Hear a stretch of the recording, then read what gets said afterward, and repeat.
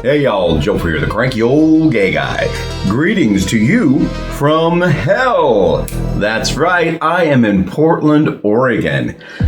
Ooh, boy. And according to the president, we live in a hellscape out here in Portland. So let me show you what a hellscape looks like, and then we're going to go to an anti-ICE protest.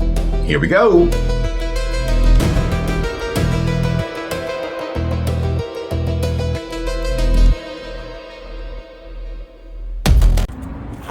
Here we are in Southwest Portland. As you can see, nothing big time here, no wars.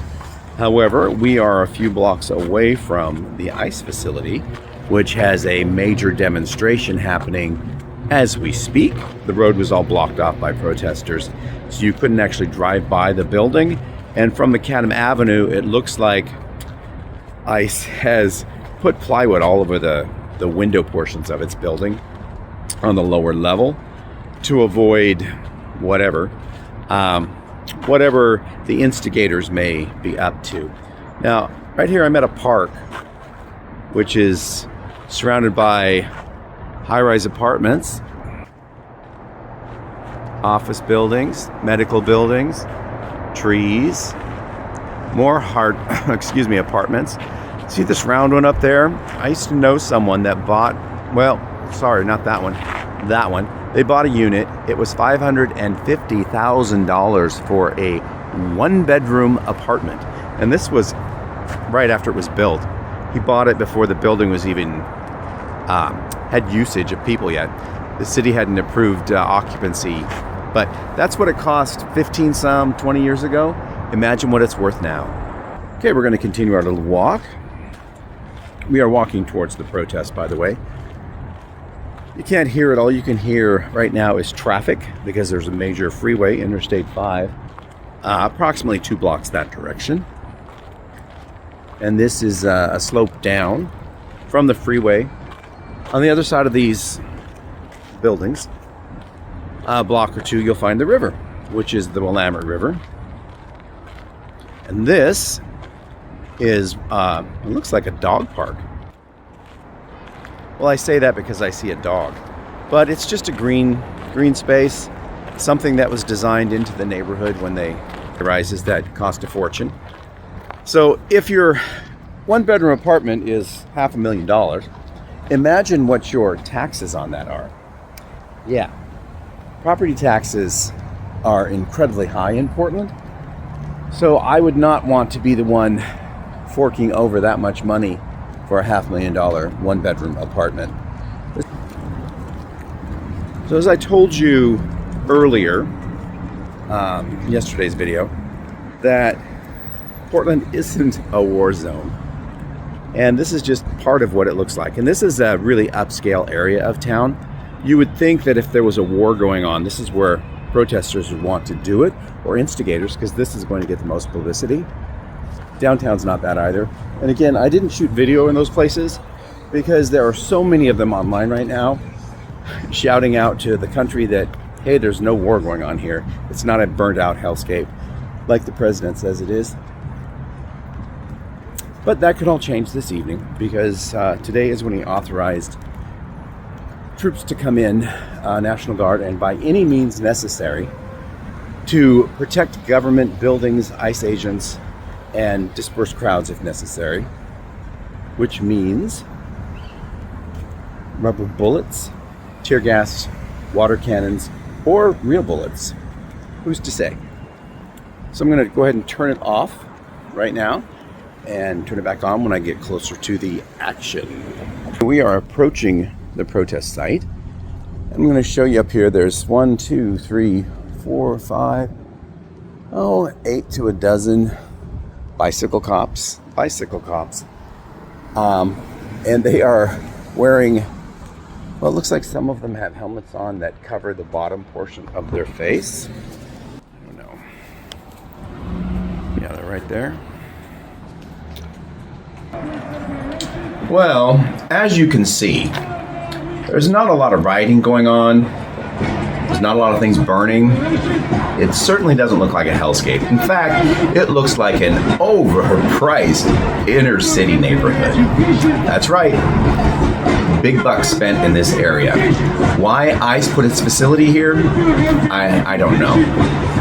But what I'm going to show you now is how the protest is going outside the ICE building. Now, there has been a protest because it's free speech, and that is legal in this country as of this time. And a handful of protesters have been outside the ICE building ever since the entire ICE raid situation started happening. Today, there's going to be, you're going to see more people, and it's pretty loud right now because some of them have megaphones. I walked to the protest. I parked blocks away because there was no parking. This is in South Portland, which is the South Waterfront. I walked down to the protest, and as you'll see in these videos, or these video clips, that there's a lot of people there, and they are blocking a street.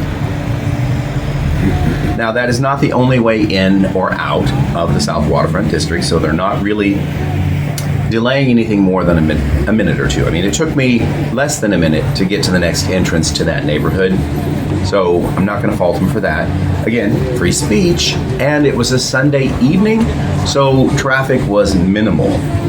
You'll hear a lot of freeway noise because it's right next to Interstate 5. Visually probably a block away, but there's nothing between where they're at and the freeway except another really busy highway. So that's the noise you're going to hear. They're not blocking the freeway.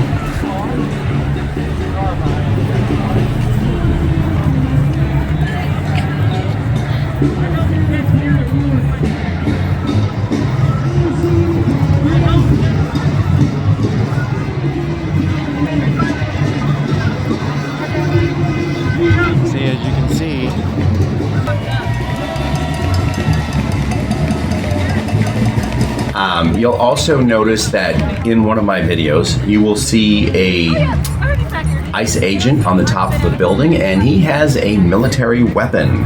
That's right, he's holding it. At one point, I didn't get this, but this is what made me zoom in on him in the first place. He had the gun up. I don't know what he was looking at. Maybe he was just scoping something in the distance, but then he just put it back and it's hanging on a strap around his body. So you will see him, but you won't see him holding it up. At this point, we have someone who was shot with a rubber bullet, I believe, as he almost lost an eye during a previous protest. And he is openly speaking out and not covering his face. You'll notice a lot of the protesters here do have their faces covered. And it has been stated that ICE is using facial recognition to go after people, so that's probably why they're covered up. You'll also notice that a lot of people have breathers on, like you'd wear if you're painting, and that is to try to stop the pepper spray from hitting them and hurting them if and when it happens.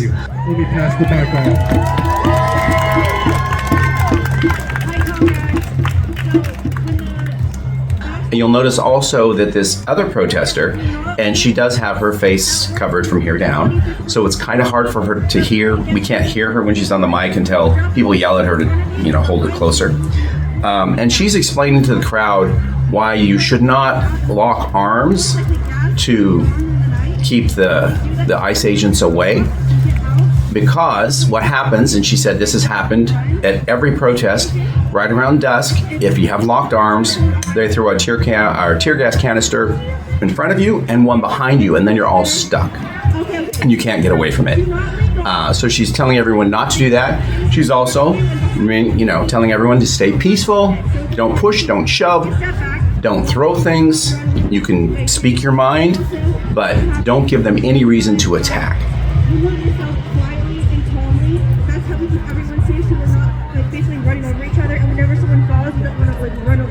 Crowd surrounding. Well, I'm just going to let you watch, and I'll explain it as we go along. This guy with his hands up was being harassed by the other protesters as they said he had a weapon and that he was not welcome here, and they were trying to get him to leave.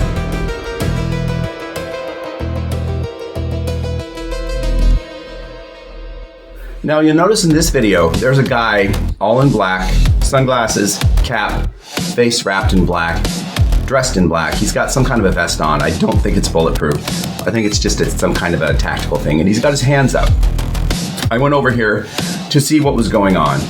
And evidently someone showed up with a weapon. And I don't know if it was this person, but the crowd was surrounding him and telling him to get out and that he wasn't wanted there. This is one of the, the crowd suspected that he was one of the provocateurs that are sent into these crowds to make the first violent move or aggressive move that would cause agents to attack. So they got on him really quick and pushed him out and up the street. All right, it was at this time that I stopped recording crowd shots and I started Facebook streaming. So I did that for a while and then I headed back to my car and I sat in my car and did a short recap and into the video, and I don't know what happened to that video because I can't find it on my phone and I can't find it where I transferred the other files to. But these are a couple screenshots I pulled off the news last night. There was a reporter standing there. There was a few people left, maybe a dozen, walking around on the site. These are stills. And nothing was reported to have happened. There was no riot. There was no confrontation.